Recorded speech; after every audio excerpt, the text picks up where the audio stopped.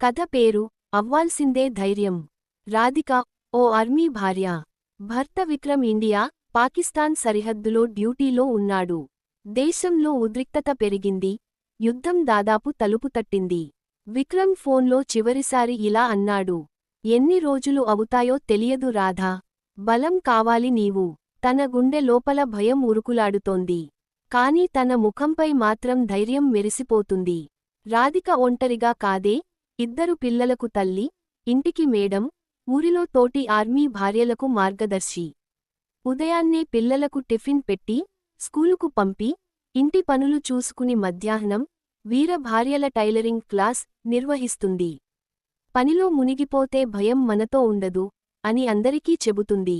తోటి ఆర్మీ భార్యలు భర్తల గురించిన వార్తలకై వణికిపోతుంటే, ఆమె వారికి ధైర్యంగా ముచ్చట్లు చెబుతుంది, శిక్షణ ఇస్తుంది, ఆశ పెంచుతుంది. మన మనసులో ధైర్యం ఉంటేనే వాళ్ల మనసుకు శక్తి వస్తుంది అని చెప్పే ఆమె మాటలు మందుగా మారతాయి.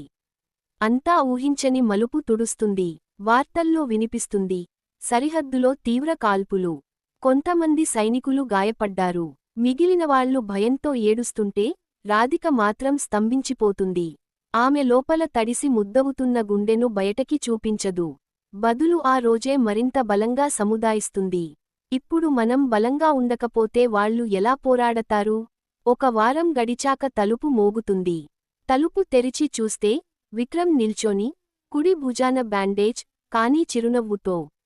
నీ ధైర్యం నా గుళికల కన్నా ఎక్కువ శక్తినిచ్చింది రాధా.